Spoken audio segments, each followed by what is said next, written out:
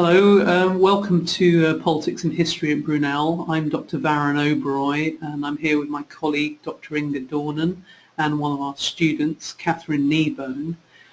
We're here to talk about the department today, and I guess we're going to begin by discussing the issue that most people are interested in. Why choose our department? Why choose our degrees? I'll hand over to Inga to discuss that topic.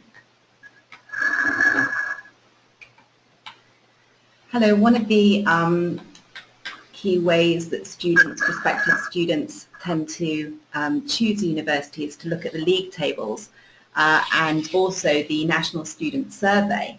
And just to fill you in what that is, it's an independent survey conducted for level 3 students each year by Ipsos Mori, and students are canvassed on their feedback on their student experience. And I'm really proud to say that actually at Brunel University in the Politics and History department, we've achieved high scores for student satisfaction, particularly in history, ranging from 94 to 100%, and politics 82 to 100%.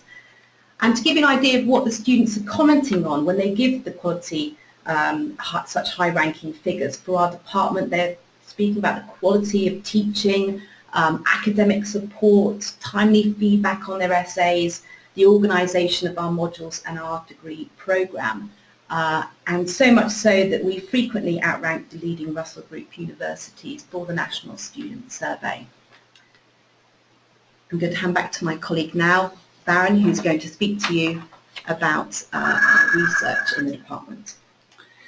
Well, one reason why research matters is that it matters who students are taught by, and if they're taught by leading experts who are writing the big books with the prestigious university presses, or if students are taught by people who are writing peer-reviewed journal articles in the top-ranked journals, then they're being taught by the best. Now, here at Brunel in our department, you only need to go to our web pages to look at some of the books and peer-reviewed journal articles that we've published. But that research doesn't come at the expense of teaching. Our students frequently nominate us for teaching awards, and as Inga just said, our NSS scores are high. Our teaching is research-led. The teaching that you'll get if you come to Brunel is impressive. It's informed by our research, but it doesn't come at the expense of our research. Our research and our teaching go together hand in glove. I'll hand back now to Inga to talk about the degree options that we offer. We offer a range of degree options, as you can see: the BSc Politics, BA History, BSc International Politics, Politics and History, Politics and Sociology, Politics and Economics. As you can see, I think it's worth pointing out actually that we are a modern history and politics department and adopt an interdisciplinary approach with the degree programme. And also, if you're thinking of doing a joint degree in politics and history, politics and sociology, or politics and economics, just to let you know that actually those degrees are held within our department. So actually, rather than having the experience of being straddled between two separate departments, the Politics and History department at Brunel takes ownership of the joint degree programmes, and so your support and guidance comes from the Politics and History department itself. I'd just like to run through you now the modules and options for history. You can see that we have core level 1, what is history, and a core level 2, historians and their craft.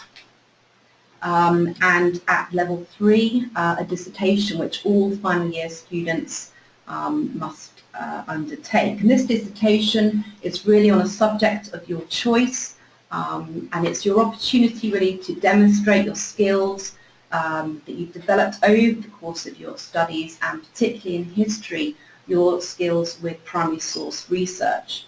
And as you can see, there's a whole range of optional modules that you can choose, such as the Second World War, the Arab-Israeli conflict, And those modules are really a range of social, political, economic and cultural history, and include options in political philosophy, gender history, women's history, war studies and heritage studies. And I think it's also worth saying that actually one of the advantages of studying modern history and politics here at Brunel is our close proximity to the major London archives, such as the National Archives at Kew, and also, of course, as well, the British Library.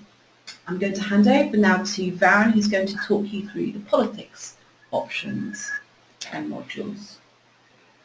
The politics degrees usually begin by providing a base of knowledge. If you want to study political science, for example, you need to understand why something like politics that usually doesn't seem very scientific can be studied scientifically.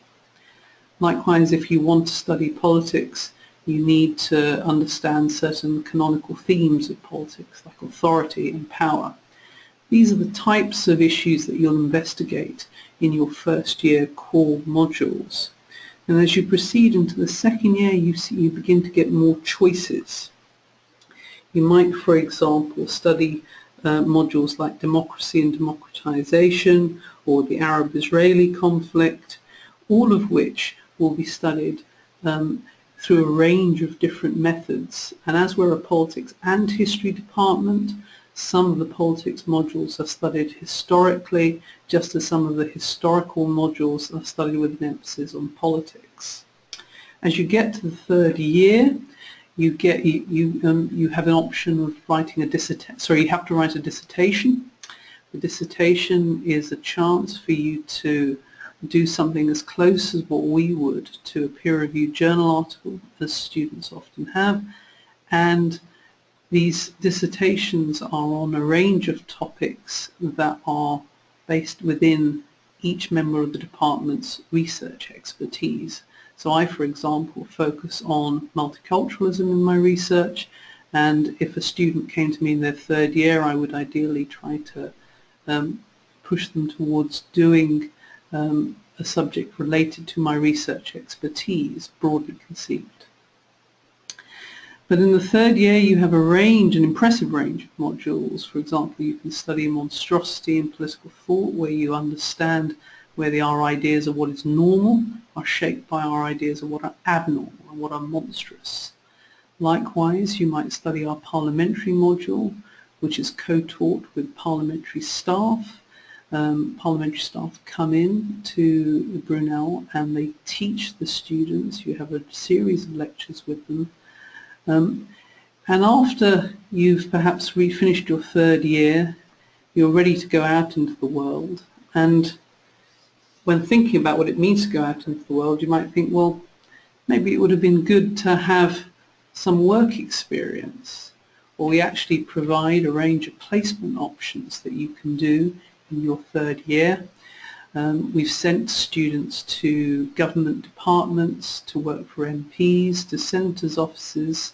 In America, we've sent students to Brussels. We also have our very own departmental paid parliamentary internship scheme, where we send interns to Parliament. Parliament pays them about £17,000 a year pro rata. The students learn how to draft advice to MPs, to advise MPs verbally. They learn certain coordination and organisational skills, and then they have an opportunity to take these professional skills back to finish their degree in their final year. But instead of doing a parliamentary placement or any of our other many placements, you might choose to study abroad. This option largely becomes available in your second year of study, and we have an impressive range of places that you can go and study. If you like it cold, you might want to go to Helsinki. If you like it hot, you might want to go to Barcelona. All of these options entail studying in English, and if you stay within the EU, and if we as a country stay within the EU, you'll actually get some sort of bursary from the Erasmus scheme as well. So that's broadly why our students are quite satisfied with our degrees and what you'll get if you come and study at Brunel. And I thought we'd conclude by handing over to Inga, who will talk about some of the things that our students say about the degrees that they get at Brunel. You should be able to see on your screen now some comments from our current students. We have 2 comments there about their views on work placement and study abroad. I think it's worth reiterating there that our students who undertake both the work placement and the study abroad not only envisage it as a wonderful life-enhancing opportunity, but also as a life-changing opportunity. And many of those students return to us at the end of their period of study or the end of their period of work placement and have a clearer understanding of the pathway that they want to take for their future careers. So it really is a life-changing experience. Our students have also responded to feedback and talk about how actually we're passionate about teaching within the department and the commitment of lecturers to their subject areas and to the students themselves. And here we have some comments from a level 2 student and also from one of our level 3 students about the sort of support and nurturing environment that we've created here in the Politics and History department for our students. And this is reinforced by some comments from other students that we have at level 3 and level 2, where our students generally feel very happy about studying here within the department. And I think it's very easy, of course, for us to gather together a group of very positive, optimistic students who can speak very highly of us. But actually, these views that we've just shared with you today are reinforced by our long and consistent track record of outstanding student satisfaction scores through the NSS. And on that note of the student experience and of student satisfaction, I'd like to hand over to one of our current students, Katherine Nebro, who's in her final year of the degree programme in history, who's going to give you her views on studying at Brunel. Hi there, my name's Katherine. I'm a third year history student. To begin with, I just wanted to have a quick talk about kind of why I picked Brunel and what made me come here as a department. To begin with, I did look at the league tables. Obviously that's going to be important in your decision wherever it is you choose to go. The value of your degree is important when you finish. But I think as well the NSS in particular, as Inga's mentioned, it's really good as an indication of how happy you'll be in that university. Excuse me. And that does reflect in your grades and in your ability to achieve your potential. Because if you have consistent support and if you have lecturers who are keen to talk to you and keen to give you good feedback and things like that, that really, really helps you move forward and learn to become more of an academic rather than just a kind of an A-level student, which is more kind of jumping through hoops than anything else. It enables you to learn how to think academically and change your mode of thinking. The course itself as well was really attractive to me in the sense that it was modern history, and that was good for me because I'm interested in politics as well. And I asked for politics as it is now, but also how politics and other factors have shaped history in the last kind of couple of centuries. The course itself as well is really flexible, so if you're not entirely sure of what you want to study or what your interest might be by the time you get to your third year, that's really useful because then you can go forward and kind of shape your degree to your changing interests as well.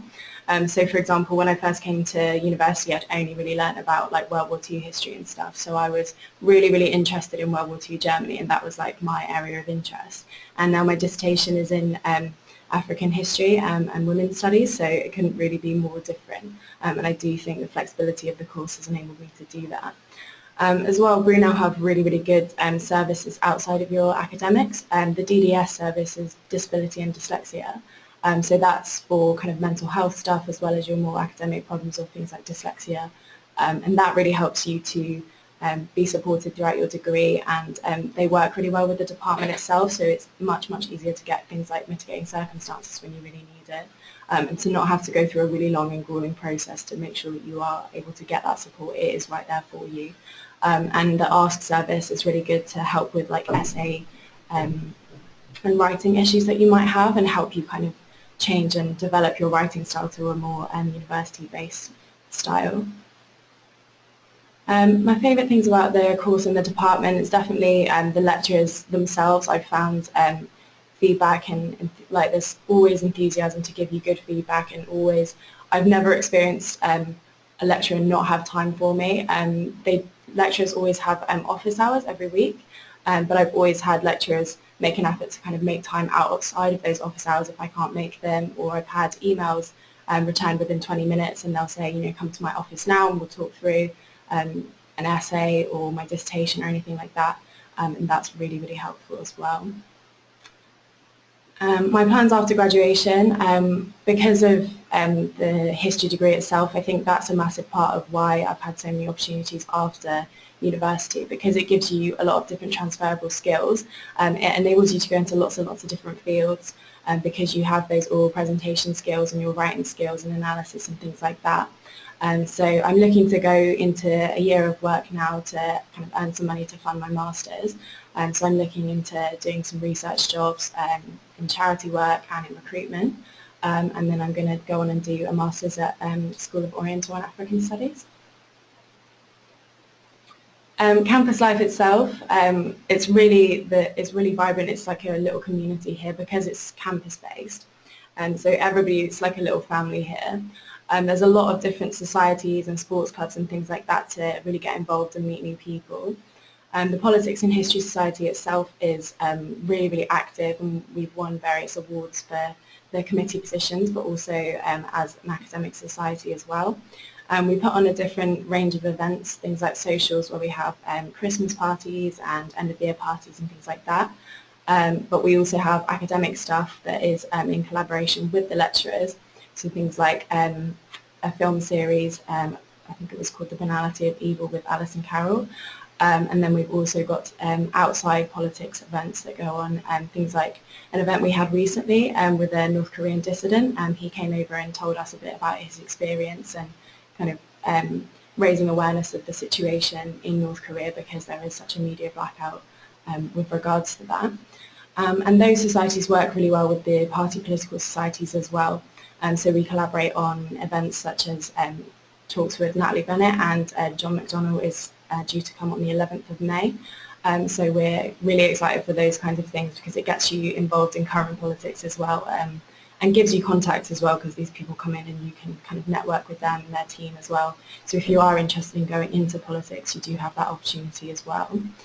And then things like student politics, that's somewhere that I'm really active in, from my point of view. I've been involved in elections for the sabbatical officers, so the union officers, as well as getting involved in things that are a bit wider, the NUS in particular.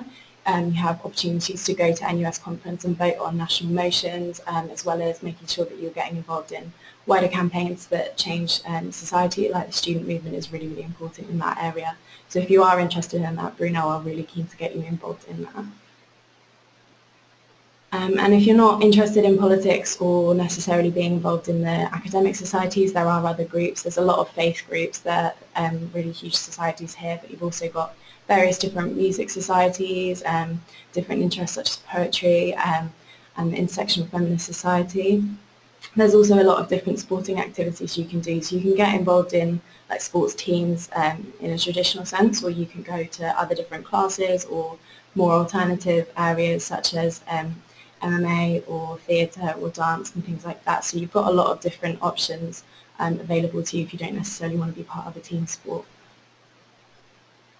The nightlife around in Uxbridge, there's a couple of clubs, and there's clubs on campus where we have different nights, different kinds of music and things like that.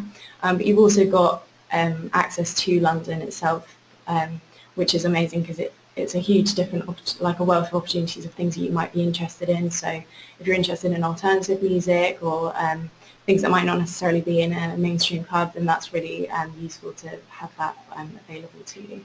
just like to thank you for listening today, and of course if you do think of any questions later on, then by all means do contact myself or Warren. Our details were on the screen earlier, and of course you will find our details as well in the prospectus. Thank you. Thank you very much.